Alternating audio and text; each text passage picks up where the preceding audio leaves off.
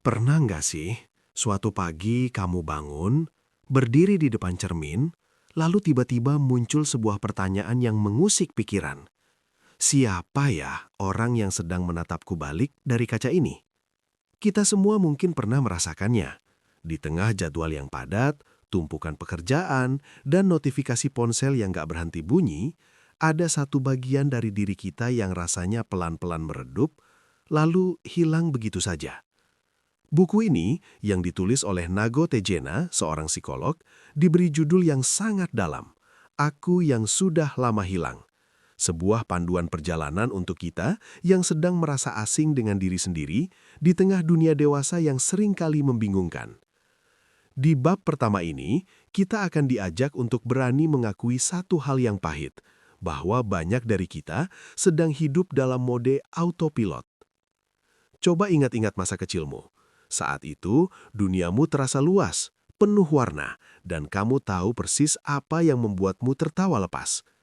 Tapi seiring berjalannya waktu, tanggung jawab mulai datang mengetuk pintu. Dari anak kecil yang belajar berjalan sambil digandeng orang tua, kita bertransformasi menjadi orang dewasa yang harus bisa segalanya sendiri. Masalahnya, dalam proses menjadi dewasa yang diinginkan dunia, kita seringkali menitipkan keinginan asli kita di gudang ingatan yang paling dalam. Kita lebih sibuk memenuhi ekspektasi atasan, tuntutan keluarga, atau standar kesuksesan yang kita lihat di media sosial. Inilah inti dari apa yang ingin disampaikan penulis di awal perjalanan ini. Kehilangan diri bukanlah sebuah peristiwa besar yang terjadi dalam semalam. Ini adalah proses pengikisan yang terjadi sedikit demi sedikit, hari demi hari, sampai akhirnya kita merasa seperti orang asing di tubuh sendiri. Bayangkan kamu sedang mengapung di tengah lautan luas. Kamu tidak tenggelam, tapi kamu juga tidak punya tujuan. Kamu hanya mengikuti kemana arus membawamu. Itulah gambaran banyak orang dewasa saat ini. Kita ada, kita bekerja, kita bernafas, tapi kita tidak benar-benar hidup dengan kesadaran penuh. Relevansinya dengan hidup kita sekarang sangat nyata. Di era di mana produktivitas dianggap sebagai segalanya, kita merasa bersalah kalau cuma duduk diam sambil mendengarkan isi hati kita sendiri. Kita takut dianggap tertinggal kalau tidak lari sekencang orang lain. Padahal, buat apa lari kencang kalau kita sendiri nggak tahu sedang lari kemana, kan? Penulis menekankan bahwa mengakui kalau kita hilang adalah langkah pertama yang paling berani untuk ditemukan kembali. Tidak ada perjalanan pulang yang bisa dimulai tanpa tahu di mana posisi kita saat ini. Jadi, kalau hari ini kamu merasa hampa, merasa lelah tanpa alasan yang jelas, atau merasa hidupmu cuma sekedar rutinitas yang membosankan, itu adalah sinyal dari dirimu yang lama hilang, yang sedang mencoba memanggilmu kembali. Jangan abaikan panggilan itu. Melalui bab ini, kita diingatkan bahwa menjadi dewasa bukan berarti harus kehilangan jati diri. Menjadi dewasa seharusnya adalah tentang menjadi versi diri kita yang paling utuh, bukan versi yang paling disukai orang lain. Tapi pertanyaannya sekarang, bagaimana cara kita mulai mencari? Kemana kita harus melangkah kalau selama ini kita hanya berputar-putar di tempat yang sama? Di bab berikutnya, kita akan mulai membedah apa saja yang sebenarnya membuat kita hilang dan bagaimana cara kita mulai menyusun kembali keping-kepingan diri yang berserakan itu. Untuk sekarang, tarik nafas dalam-dalam. Terima kasih sudah mau jujur pada dirimu sendiri hari ini. Kamu tidak sendirian dalam perjalanan ini. Kita akan menemukannya kembali, perlahan-lahan. Sampai jumpa di perjalanan selanjutnya. Di bab sebelumnya, kita sudah berani mengakui satu hal, bahwa kita merasa hilang. Tapi pertanyaannya sekarang adalah, kemana perginya diri kita itu? Dan kenapa untuk waktu yang sangat lama kita justru merasa baik-baik saja meskipun sebenarnya kosong? Mari kita mulai dengan sebuah perumpamaan. Bayangkan hidupmu adalah sebuah panggung sandiwara besar. Sejak kecil, tanpa sadar, kita sudah diberi kostum dan naskah oleh orang-orang di sekitar kita.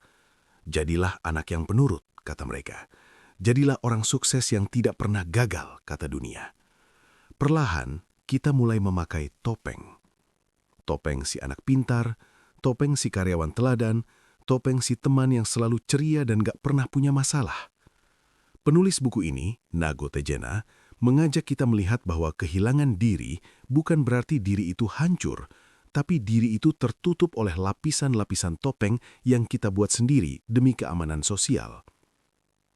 Inilah pembahasan inti kita di bab 2, mengenal mekanisme pertahanan diri yang menjadi bumerang. Penulis menekankan bahwa topeng-topeng ini awalnya punya niat baik. Mereka ada untuk melindungi kita. Saat kita masih kecil, kita belajar bahwa kalau kita bersikap tertentu, kita akan disayang. Kalau kita tidak menangis, kita dianggap kuat. Kita memakai topeng itu supaya bisa bertahan hidup dan diterima. Masalahnya muncul ketika kita lupa cara melepaskannya. Kita memakai topeng itu begitu lama, bahkan saat kita sedang sendirian di kamar mandi atau sebelum tidur, topeng itu tetap menempel. Kita mulai bingung, mana yang merupakan keinginan asli kita dan mana yang cuma naskah yang kita jalankan supaya orang lain senang. Coba lihat kehidupan kita hari ini. Relevansinya sangat dekat, bukan? Pikirkan tentang profil media sosialmu. Berapa banyak dari apa yang kamu unggah adalah dirimu yang sebenarnya, dan berapa banyak yang merupakan topeng digital agar kamu terlihat punya hidup yang ideal. Atau di kantor, berapa kali kamu mengatakan iya pada tugas tambahan, padahal tubuhmu sudah berteriak minta istirahat. Itu adalah topeng si pekerja keras yang sedang beraksi. Kita terjebak dalam ekspektasi bahwa menjadi dewasa berarti harus selalu fungsional, produktif, dan tanpa cacat. Kita takut kalau topeng ini retak sedikit saja, orang-orang akan melihat betapa rapuhnya kita di dalam. Pesan penting yang ingin ditekankan penulis di sini adalah, kamu tidak bisa menemukan dirimu kalau kamu masih takut melepaskan topengmu. Memang menakutkan, rasanya seperti telanjang di depan umum, tapi selama topeng itu masih menempel, selama itu pula diri yang asli akan tetap bersembunyi di balik kegelapan. Menyadari topeng ini adalah sebuah kemajuan besar. Jangan menyalahkan dirimu karena memakainya. Ingat, dulu topeng itu adalah pelindungmu. Tapi sekarang, sebagai orang dewasa yang ingin menemukan kembali jati dirinya, kamu perlu belajar untuk mulai meletakkannya satu persatu. Di bab ini, kita sudah belajar melihat lapisan-lapisan palsu itu. Kita mulai paham bahwa rasa lelah yang kita rasakan bukan cuma lelah fisik, tapi lelah karena terus-menerus berakting menjadi orang lain. Namun, setelah kita tahu ada topeng, muncul pertanyaan baru. Lalu, siapa yang ada di balik topeng itu? Seburuk itukah wajah asli kita sampai harus kita sembunyikan selama bertahun-tahun? Di bab selanjutnya, kita akan mulai memberanikan diri untuk mengintip ke balik topeng tersebut. Kita akan berjalan ke masa lalu, mencari tahu kapan pertama kali kita memutuskan untuk mulai bersembunyi. Tetaplah di sini. Perjalanan pulang menuju dirimu sendiri baru saja dimulai.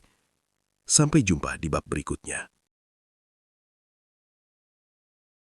Setelah kita menyadari adanya kekosongan di bab 1 dan mencoba mengenali topeng-topeng pelindung di bab 2, sekarang kita sampai pada sebuah pertanyaan yang jauh lebih personal. Sebenarnya, sejak kapan sih aku mulai merasa asing dengan diriku sendiri? Di dalam sumber buku ini, ada beberapa ilustrasi yang sangat menarik. Penulis, Nago Tejana, menggambarkan perjalanan hidup kita seperti sebuah grafik. Ada gambar seorang anak kecil yang sedang belajar berjalan, tangannya masih digandeng erat oleh orang tuanya. Dunia saat itu terasa sederhana. Standar kebahagiaan kita cuma soal mainan, pelukan, atau tidur siang yang nyenyak. Tapi, coba perhatikan gambar berikutnya. Grafik itu terus bergerak naik seiring bertambahnya usia. Kita mulai sekolah, mulai punya teman, mulai mengenal kompetisi. Dan disinilah, tanpa kita sadari, aku yang asli mulai sedikit demi sedikit tertinggal di belakang. Gagasan utama yang ingin ditekankan penulis di bab 3 ini adalah bahwa kehilangan diri seringkali terjadi di masa transisi. Penulis mengajak kita melihat bahwa setiap tahap pertumbuhan menuntut sesuatu dari kita. Saat kita masih kecil, kita adalah anak. Lalu kita menjadi murid, mahasiswa, hingga akhirnya menjadi pekerja yang duduk di depan komputer seharian. Masalahnya, dunia dewasa seringkali hanya menghargai apa yang kita hasilkan, bukan siapa kita sebenarnya. Kita dipaksa terus mendaki grafik itu. Kita harus lebih pintar, lebih kaya, lebih sukses. Dalam proses pendakian yang melelahkan itu, kita sering melempar beban supaya bisa naik lebih cepat. Sialnya, yang kita anggap beban itu seringkali adalah bagian paling jujur dari diri kita. Mimpi-mimpi yang dianggap tidak realistis, hobi yang dianggap membuang waktu, atau perasaan-perasaan yang dianggap cengeng oleh lingkungan. Pernah nggak kamu merasa, meskipun karirmu oke, atau hidupmu terlihat baik-baik saja di mata orang lain, tapi kamu merasa seperti sedang menjalankan hidup milik orang lain? Seperti ilustrasi di sumber ini, di mana seseorang digambarkan seolah-olah mengapung di ruang hampa, dikelilingi oleh gelembung-gelembung yang tidak berpijak. Di zaman sekarang, perasaan ini makin parah karena kita punya mesin pembanding di saku kita, yaitu media sosial. Kita melihat orang lain sudah sampai di angka 6 atau 7 dalam grafik hidup mereka, sementara kita merasa masih di angka 3. Kita jadi makin terobsesi untuk menjadi seseorang, sampai-sampai kita lupa bahwa seseorang yang kita kejar itu bukanlah diri kita yang sebenarnya. Penekanan penting dari Nago Tejana di sini adalah menemukan diri bukan berarti mencari sosok baru di masa depan. Menemukan diri adalah sebuah perjalanan pulang. Kita perlu menengok kembali ke titik-titik di mana grafik hidup kita mulai terasa berat. Di titik mana kita mulai berhenti mendengarkan suara hati. Di titik mana kita mulai berkata iya hanya karena takut ditolak. Jadi, coba ingat-ingat lagi. Kalau kamu bisa kembali ke masa lalu, di usia berapa kamu merasa paling menjadi dirimu sendiri, sebelum tuntutan dunia membuatmu bungkam? Mengenali titik di mana kita mulai hilang adalah kunci untuk tahu kemana kita harus menjemputnya. Kita tidak bisa pulang kalau kita tidak tahu di mana rumah kita berada. Tapi tenang saja, menjemput diri yang hilang itu butuh teknik. Kita tidak bisa langsung lari begitu saja tanpa persiapan mental. Karena itu, di bab selanjutnya, kita akan mulai belajar bagaimana cara berbicara kembali dengan bagian diri yang sudah lama kita abaikan itu. Kita akan belajar cara berdamai dengan masa lalu agar kita bisa berjalan lebih ringan ke masa depan. Tarik nafas sejenak. Perjalanan ini memang panjang, tapi setiap langkahnya sangat berharga. Sampai jumpa di bab selanjutnya. Pernah nggak kamu duduk diam di kamar yang sangat sunyi, tapi di dalam kepalamu rasanya ramai banget?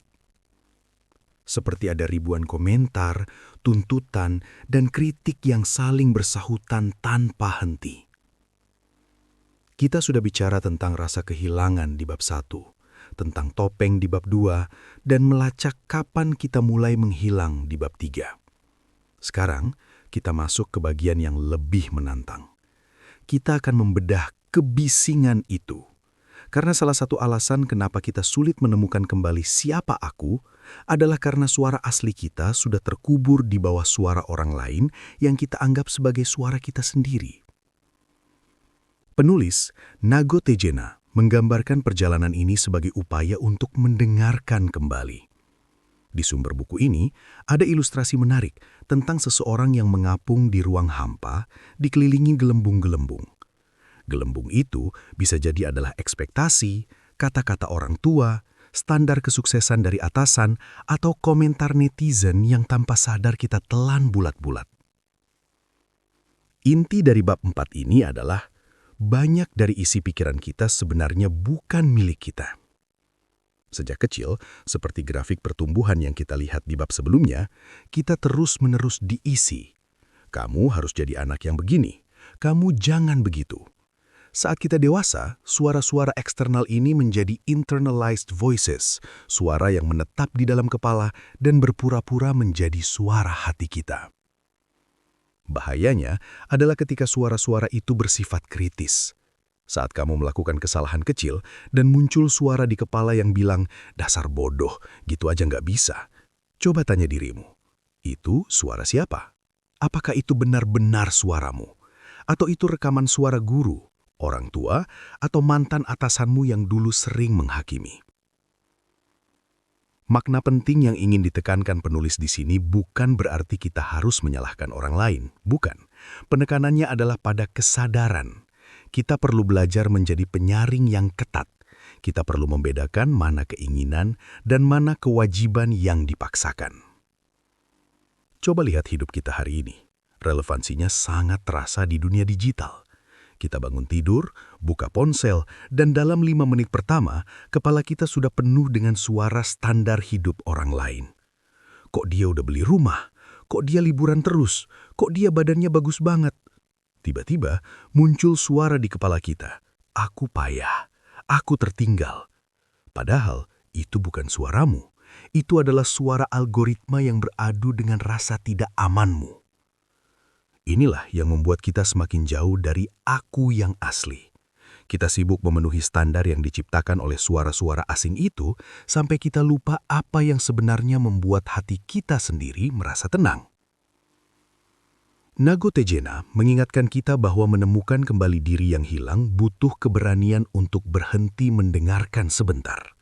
Berhenti memvalidasi diri lewat pencapaian yang standar orang lain. Berhenti merasa harus selalu fungsional di mata dunia. Kadang, kita perlu menciptakan ruang sunyi yang benar-benar bersih dari suara orang lain agar suara asli kita yang sudah lama bungkam itu berani berbisik lagi. Tapi, setelah kita mulai bisa memilah suara-suara itu, apa yang harus kita lakukan dengan suara asli kita yang mungkin terasa sangat asing dan kecil? Bagaimana kalau suara asli kita ternyata tidak sesuai dengan apa yang diharapkan dunia dari kita?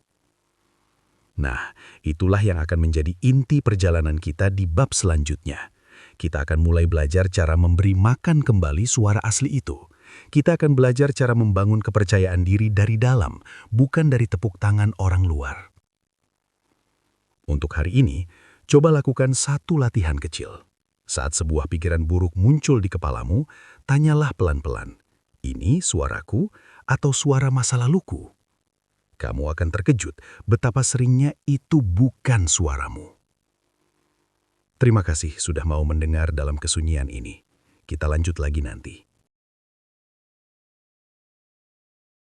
Setelah kita berhasil memilah kebisingan suara di kepala kita pada bab sebelumnya, biasanya akan muncul satu perasaan yang cukup aneh.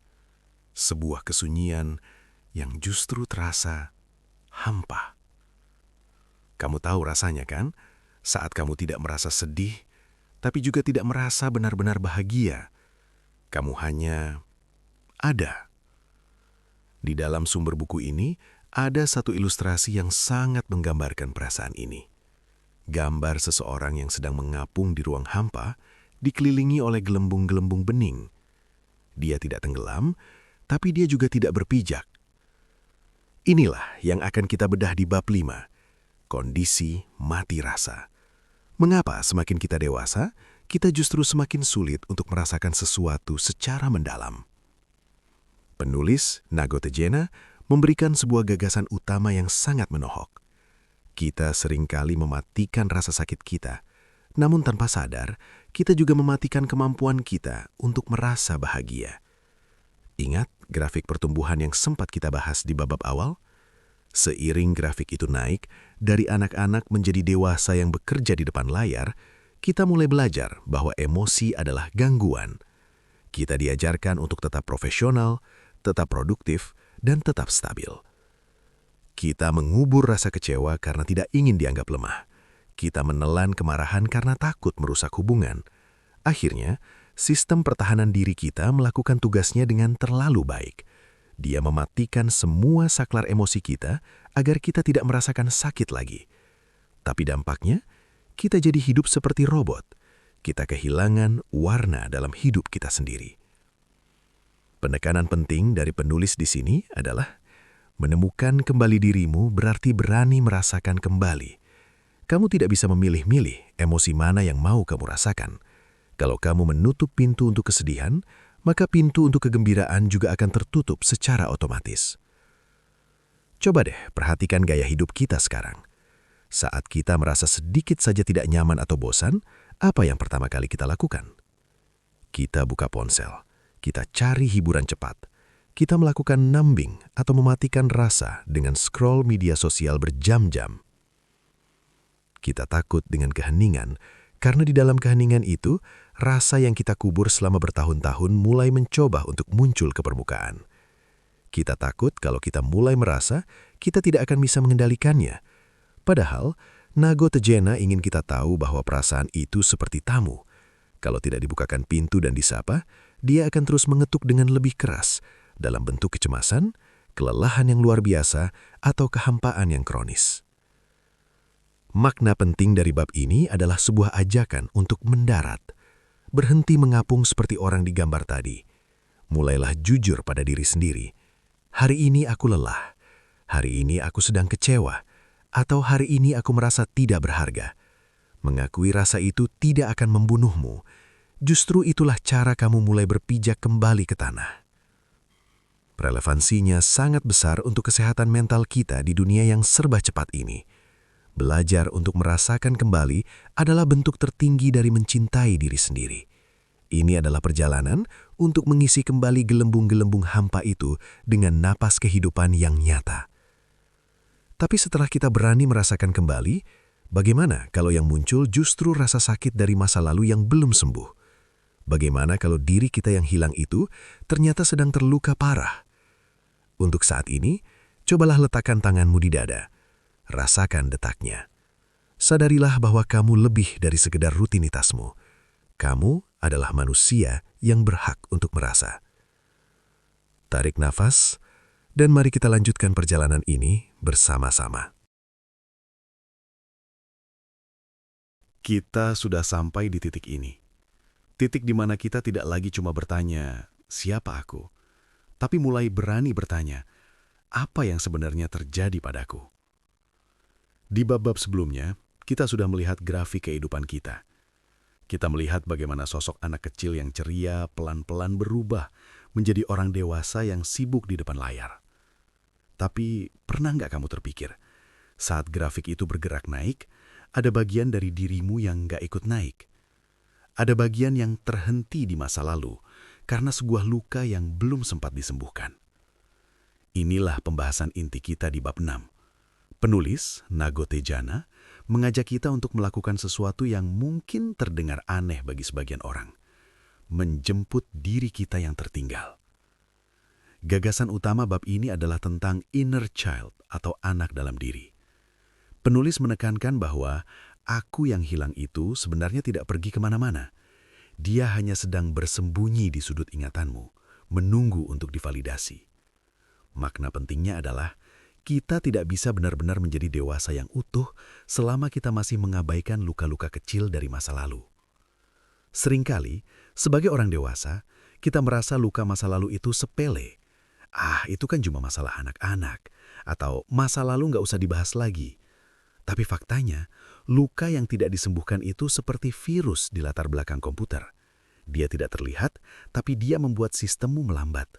Dia yang membuatmu tiba-tiba merasa cemas tanpa alasan atau membuatmu sulit mempercayai orang lain. Coba kita lihat relevansinya dalam kehidupan sekarang.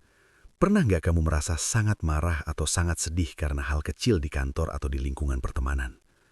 Secara logika, reaksimu berlebihan. Tapi secara psikologis, itu bukan dirimu yang dewasa yang sedang bereaksi.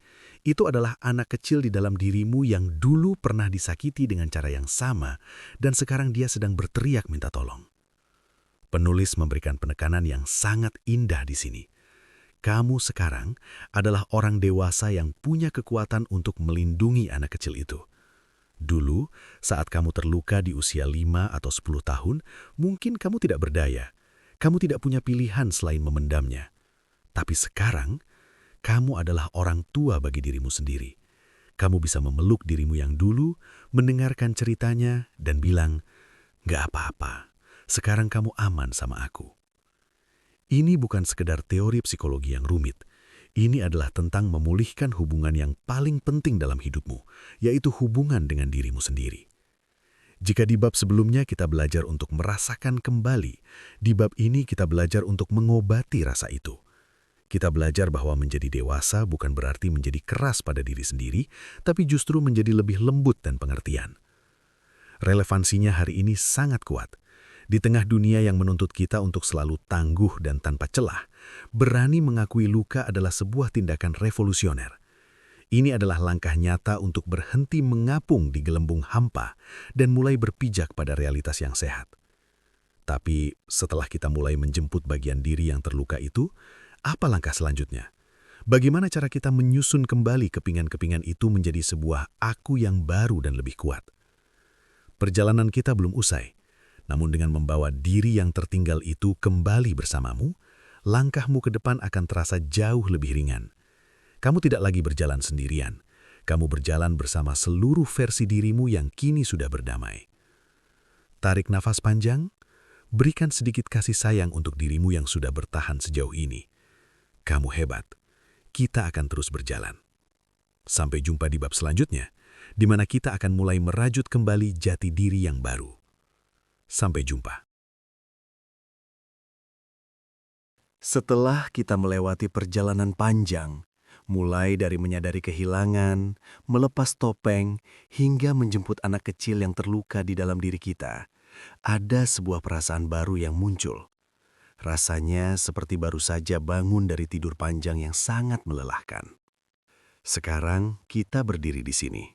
Kita sudah lebih utuh, tapi dunia di luar sana tidak berubah, bukan? Pekerjaan masih menumpuk, ekspektasi orang lain masih ada, dan kehidupan dewasa masih terasa membingungkan, seperti yang tertulis di sampul buku ini. Di bab 7 ini, kita akan masuk ke bagian yang sangat krusial, menentukan kompas. Penulis Nagote Jena ingin kita memahami bahwa menemukan diri bukan berarti kita harus lari dari kenyataan hidup. Justru, ini adalah tentang bagaimana kita kembali ke meja kerja kita, seperti ilustrasi orang di depan komputer yang kita lihat di sumber ini, tapi dengan cara yang sepenuhnya berbeda. Gagasan utama bab ini adalah tentang hidup dengan kesadaran, bukan lagi otomatis. Penulis menekankan bahwa selama ini kita sering merasa hilang karena kita membiarkan orang lain yang menentukan nilai-nilai hidup kita. Kita bekerja keras karena katanya itu sukses. Kita menikah karena katanya itu sudah waktunya. Kita hidup dalam narasi orang lain. Makna penting yang ingin disampaikan penulis adalah, sekarang saatnya kamu menulis narasimu sendiri. Apa maksudnya menentukan nilai diri?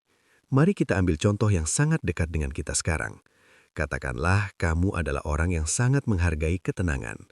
Kalau dulu kamu merasa bersalah saat menolak ajakan kumpul-kumpul yang sebenarnya bikin kamu capek, sekarang kamu punya alasan yang kuat untuk bilang tidak. Kamu bukan lagi hilang dalam rasa pekewuh, tapi kamu sedang menjaga nilai ketenangan milikmu. Penekanan penulis di sini sangat dalam. Batas adalah cara kita mencintai diri sendiri. Selama ini kita takut membuat batasan karena takut tidak disukai. Tapi buat apa disukai seluruh dunia kalau kita sendiri merasa asing di dalam rumah kita sendiri? Menemukan diri berarti berani menjadi tidak populer di mata orang lain demi menjadi jujur di depan cermin. Relevansinya dengan hidup kita saat ini sangat nyata. Kita hidup di era informasi yang sangat bising. Kalau kita tidak punya kompas internal, kita akan terus mengapung tanpa arah seperti gelembung-gelembung hampa yang ada di ilustrasi sumber tadi. Kompas itu adalah nilai-nilaimu.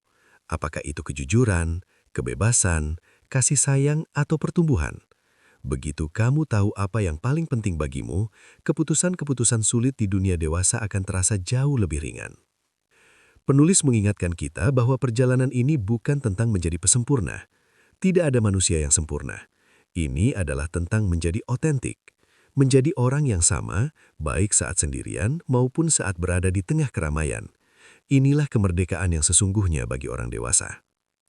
Namun, perjalanan ini belum berakhir hanya dengan menentukan arah. Hidup akan terus memberikan ujian. Akan ada badai yang mencoba menggoyahkan kompasmu. Lalu bagaimana cara kita menjaga agar kita tidak hilang lagi di masa depan? Bagaimana cara kita merawat diri yang baru kita temukan ini agar tetap tumbuh? Di bab-bab terakhir nanti, kita akan belajar tentang konsistensi dan perawatan diri. Kita akan belajar cara membangun benteng yang kuat untuk melindungi aku yang sudah lama hilang dan kini telah kembali pulang. Untuk hari ini, cobalah ambil secari kertas. Tuliskan 3 hal yang paling kamu hargai dalam hidup. Hanya 3. Itulah kompasmu. Pegang erat-erat. Kamu tidak akan tersesat lagi selama kamu mengikuti suaramu sendiri. Tarik napas, tenangkan pikiran. Kamu sedang berjalan menuju versi terbaikmu. Dengan tenang dan terkendali. Sampai jumpa di langkah selanjutnya. Akhirnya, kita sampai di sini. Di sebuah titik yang mungkin dulu terasa sangat jauh, atau bahkan mustahil untuk dicapai. Setelah perjalanan panjang menyusuri luka, melepas topeng, dan menjemput diri yang tertinggal. Sekarang, kamu sudah pulang. Tapi apa sebenarnya arti pulang? Apakah ini berarti semua masalahmu selesai? Apakah hidup dewasa yang membingungkan ini, seperti yang tertulis di sampul buku Nagotejena, tiba-tiba menjadi mudah? Jawabannya mungkin tidak sesederhana itu. Di bab 8 ini, kita diajak untuk memahami gagasan inti yang sangat penting. Menemukan diri hanyalah awal, namun menjaga diri adalah komitmen seumur hidup. Penulis menekankan satu hal yang sangat jujur. Di dalam sumber buku ini, kita berkali-kali melihat grafik pertumbuhan manusia. Ada angka 0, 1, 2, hingga 6. Grafik itu tidak akan pernah mundur. Kita tidak bisa benar-benar kembali menjadi anak kecil yang tidak punya beban. Kita tetaplah orang dewasa yang harus bekerja di depan komputer. Tetap harus membawa tas kerja kita. Makna penting yang ingin ditekankan penulis di sini adalah pulang ke rumah diri bukan berarti meninggalkan dunia dewasa, tapi membawa aku yang utuh ke dalam dunia dewasa itu. Bayangkan dirimu seperti rumah. Selama bertahun-tahun, rumah itu kosong. Pintunya rusak, jendelanya berdebu. Dan kamu lebih memilih menginap di rumah orang lain karena merasa rumahmu sendiri tidak nyaman. Di bab-bab sebelumnya, kita sudah membersihkan rumah itu. Kita sudah memperbaiki pintunya. Sekarang, tugasmu adalah menghuninya. Menghuni diri sendiri berarti berani berkata, "Inilah aku, dengan segala kerapuhanku, namun juga dengan segala kekuatanku." Penulis ingin kita sadar bahwa tantangan terbesar justru muncul saat kita kembali ke rutinitas. Dunia akan tetap menuntutmu untuk menjadi robot. Teman-temanmu mungkin akan merasa aneh dengan perubahanmu yang sekarang lebih berani membuat batasan. Relevansinya sangat nyata di hidup kita hari ini. Pikirkan tentang hari Senin yang akan datang, saat tumpukan email masuk, atau saat ada konflik di grup WhatsApp. Apakah kamu akan kembali menghilang dan membiarkan dirimu dikendalikan oleh ekspektasi orang lain? Ataukah kamu akan tetap berpijak? Nagotejena mengingatkan kita dalam buku ini bahwa kesadaran adalah kunci agar tidak hilang lagi. Inilah pesan yang paling ditekankan. Jangan biarkan dirimu kembali mengapung dalam gelembung hampa, seperti ilustrasi yang kita lihat di sumber tadi. Jangan biarkan dirimu menjadi sosok yang hanya mengikuti arus tanpa tahu arah. Sekarang, kamu sudah punya kompasnya. Kamu sudah tahu siapa anak kecil di dalam dirimu yang perlu dipeluk saat kamu merasa lelah. Kamu sudah tahu topeng mana yang sering kamu pakai saat kamu merasa terancam. Gunakan semua pengetahuan itu sebagai alat untuk merawat kepulanganmu. Menemukan diri adalah sebuah kemenangan, tapi hidup sebagai diri sendiri adalah sebuah perjuangan yang indah. Makna penting dari bab penutup ini adalah tentang integrasi. Bagaimana kepingan masa lalumu, tanggung jawab masa kinimu, dan impian masa depanmu bisa berdansa dalam satu harmoni yang sama. Kamu tidak lagi mencari validasi di luar, karena kamu sudah menemukan validasi di dalam. Kamu tidak lagi merasa kosong, karena rumahmu kini sudah ada penghuninya.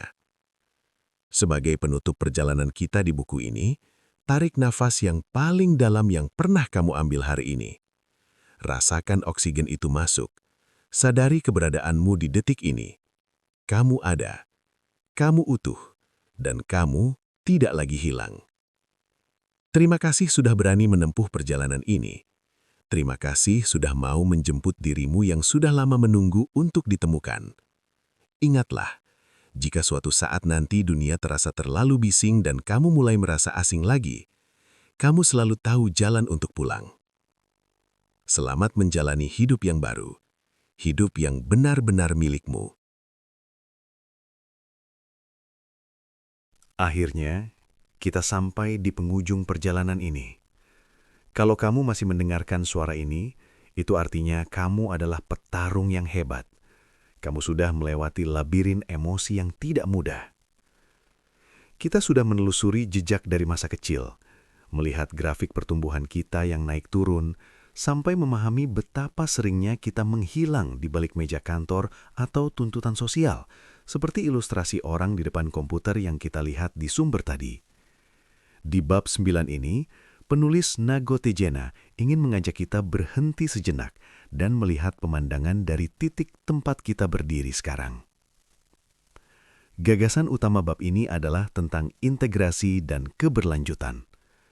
Menemukan diri yang hilang bukan berarti kita menjadi orang lain yang sempurna, bukan. Menemukan diri berarti menerima semua potongan puzzle dalam hidupmu, baik yang indah maupun yang retak, lalu menyusunnya menjadi satu kesatuan yang utuh. Penulis menekankan sebuah pesan yang sangat kuat, yaitu perjalanan menemukan diri sebenarnya tidak pernah benar-benar selesai. Ini bukan seperti destinasi liburan yang begitu sampai kita berhenti. Ini lebih seperti merawat tanaman. Kamu sudah menemukan benih aku yang asli, kamu sudah menanamnya kembali, sekarang tugasmu adalah menyiramnya setiap hari di tengah dunia yang membingungkan ini. Makna penting yang ingin disampaikan Nago Tejena di akhir buku ini adalah keberanian untuk berdamai dengan ketidaksempurnaan. Selama ini kita merasa hilang karena kita mengejar standar sempurna milik orang lain. Kita merasa gagal kalau grafik hidup kita tidak lurus ke atas, seperti yang digambarkan di halaman-halaman awal sumber ini. Tapi sekarang kita tahu, justru di dalam lekukan dan kesalahan itulah jati diri kita yang asli sedang bertumbuh. Mari kita bawa ini ke realitas hidup kita hari ini. Bayangkan, esok hari saat kamu kembali ke rutinitasmu yang padat, kamu mungkin akan tetap menghadapi atasan yang menyebalkan, kemacetan yang melelahkan, atau komentar miring dari kerabat. Bedanya, kali ini kamu tidak akan membiarkan suara-suara itu mengubur suaramu lagi. Inilah relevansinya. Menemukan diri memberimu ruang di dalam yang tidak bisa diganggu oleh siapapun. Kamu tetap bisa bekerja dengan giat, tapi kamu tidak lagi menjadikan pekerjaan itu sebagai identitas tunggalmu. Kamu bisa menjadi orang tua atau pasangan yang baik tanpa harus kehilangan hakmu untuk merasa lelah atau butuh waktu sendiri. Kamu bukan lagi seseorang yang mengapung tanpa arah dalam gelembung hampa, tapi seseorang yang punya jangkar yang kuat. Nago Tejena ingin kita membawa satu keyakinan bahwa menjadi dewasa yang utuh adalah tentang konsistensi untuk jujur pada diri sendiri. Saat kamu merasa mulai hilang lagi karena hiruk-pikuk dunia, jangan panik, itu manusiawi. Yang perlu kamu lakukan hanyalah berhenti sejenak, tarik nafas, dan tanyakan lagi pada dirimu, apa yang sebenarnya sedang aku rasakan saat ini. Penekanan terakhir dari penulis adalah jangan takut untuk terus bertumbuh. Grafik hidupmu mungkin akan terus berubah, tuntutan hidup mungkin akan bertambah berat. Tapi selama kamu memegang tangan anak kecil di dalam dirimu dan mengikuti kompas nilai yang sudah kamu buat, kamu akan selalu tahu jalan pulang. Buku ini mungkin akan segera kamu tutup. Suara saya mungkin akan segera berakhir di telingamu, tapi perjalananmu yang sesungguhnya baru saja dimulai. Jangan terburu-buru, nikmati setiap langkahnya, rayakan setiap kecil kemenanganmu dalam menjadi diri sendiri. Kamu sudah ditemukan, kamu sudah ada di rumah, dan rumah itu adalah dirimu sendiri. Teman-teman, perjalanan kita membedah poin-poin penting dari buku ini memang memberikan banyak gambaran baru. Tapi, perlu diingat bahwa apa yang kita bahas di sini hanyalah pintu pembuka. Untuk benar-benar merasakan kedalaman panduan perjalanan menemukan diri ini, saya sangat menyarankan teman-teman untuk membeli bukunya secara langsung dan membacanya sendiri secara utuh. Membaca secara mandiri akan memberikan pengalaman yang jauh lebih personal dan mendalam, terutama saat kamu melihat ilustrasi grafik kehidupan dan proses pertumbuhan yang digambarkan oleh Nago Tejena. Ada banyak detail, nuansa, dan latihan psikologis di dalam buku tersebut yang hanya bisa kamu resapi sepenuhnya jika berhadapan langsung dengan setiap halamannya. Sebagai penutup, jika kamu merasa perjalanan bedah buku ini bermanfaat untuk membantumu memahami kehidupan dewasa yang membingungkan, Jangan lupa untuk memberikan dukunganmu. Silahkan like, komen, dan share konten ini kepada orang-orang tersayang yang mungkin juga sedang butuh jalan pulang ke diri mereka sendiri. Dan pastikan kamu sudah subscribe channel Bahasin Buku agar kita bisa terus melanjutkan petualangan literasi dan membedah karya-karya luar biasa lainnya di masa depan. Informasi mengenai dukungan channel ini adalah tambahan dari saya dan bukan bagian dari isi buku. Namun dukunganmu sangat berarti untuk terus menyebarkan virus membaca di Indonesia. Terima kasih sudah mendengarkan hingga akhir. Mari kita temukan kembali diri kita yang sudah lama hilang, satu halaman demi satu halaman.